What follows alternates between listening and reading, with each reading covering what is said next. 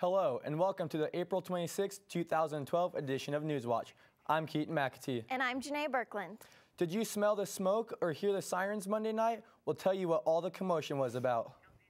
Also, with the Kittitas County Board of Commissioners declaring a flood emergency in the county, should you be aware if your property is in danger? Plus, find out why the Ellensburg Fish Food Bank is asking for $5 from you. All this and more coming up on Newswatch.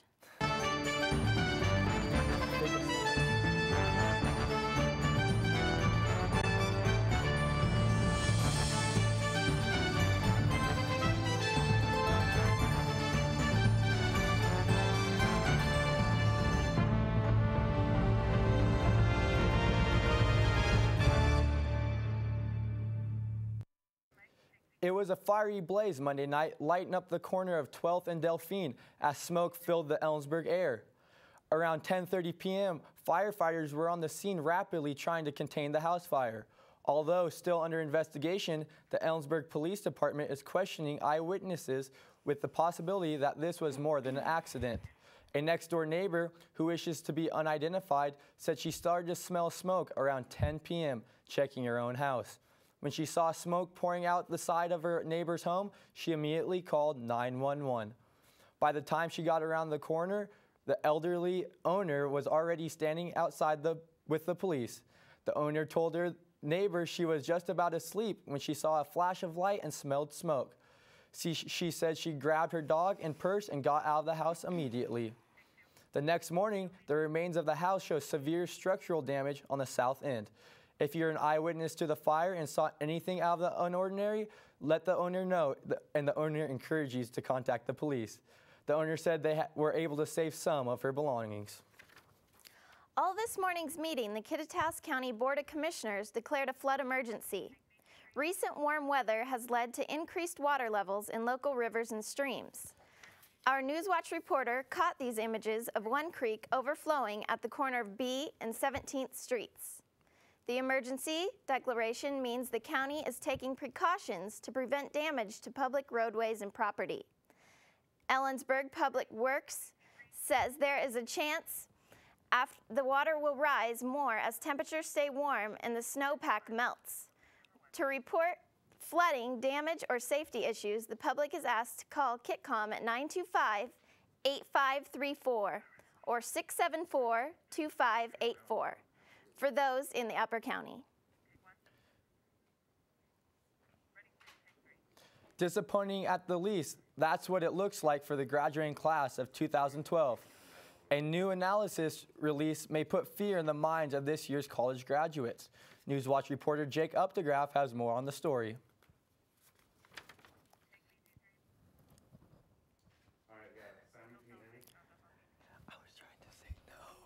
Tracy Johnson is a student at Central Washington University. She may seem to be your typical college student, but besides attending class and doing homework at the library, she works a lot. A typical week, I work 20 hours at the sub, 16 at Suncadia, and about 10 at my caregiving job. Johnson has impressively maintained being on the dean's list all year.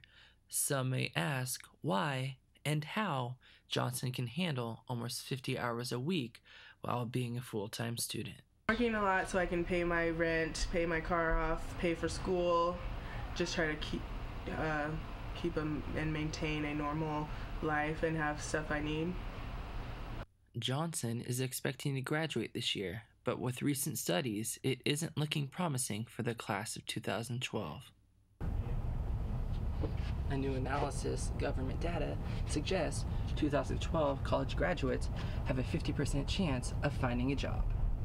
Despite the data, Director of CWU Career Services, Jacqueline Johnson, has a more positive outlook based on what she's seen over the years. For those students who have been involved in social networking, attended our job fairs, attended job fairs throughout the state, who have been on our Wildcat Career Network where we post all of our jobs and internships, it will, in my opinion, be a little bit easier.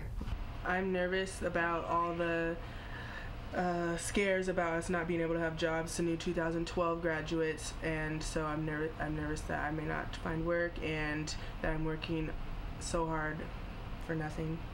Reporting for Newswatch, I'm Jacob DeGraff. Could your beauty habits be putting your health at risk? A recent California study has found that some nail salon lacquers contain unlabeled chemical toxins. Although these toxins are not illegal, you may want to check what's in your nail color next time you visit the salon. Reporter Cambry Benatua has the story. With around 20 salons in Ellensburg offering nail care services, it's not hard to get your mani-pedi fix. But what if you didn't know that your spa day could potentially be endangering your health? With newfound unlabeled toxins, nail technician Melissa Teskey knows how a product quality can affect herself and her clients. I've never had that problem, and I think that's primarily based on the products that we do use. There's no downfall to getting your nails done if you're using a quality product. Known as a toxic trio, chemicals toluene, dibutyl phthalate, and formaldehyde are not illegal if properly labeled.